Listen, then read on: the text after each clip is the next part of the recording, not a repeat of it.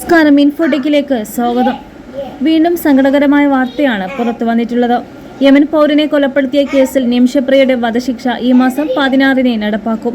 യമനിലെ public prosecutor ഉത്തരവ് jail അധികൃതർക്ക് കൈമാറി. ഇന്ത്യൻ എംബസിയും ഇക്കാര്യം സ്ഥിരീകരിച്ചതാണ് റിപ്പോർട്ട്.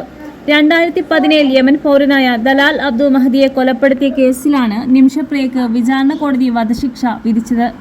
നിമിഷപ്രിയയെ രക്ഷിക്കാനുള്ള ഏകമാർഗം ദലാലിന്റെ കുടുംബത്തിന് ദയാധനം നൽകുക എന്നതായിരുന്നു. ദലാലിന്റെ കുടുംബത്തെ നേരിൽ കണ്ട് മാപ്പപേക്ഷിക്കുന്നതിന് വേണ്ടി നിമിഷപ്രിയയുടെ അമ്മ പ്രേമകുമാരി യമനിൽ പോയിരുന്നു. എന്നാൽ ദലാലിന്റെ കുടുംബവുമായി ഗോത്രത്തിന്റെ തലവന്മാരുമായി ചർച്ചകൾ നടത്തിയെങ്കിലും ഫലമുണ്ടായില്ല.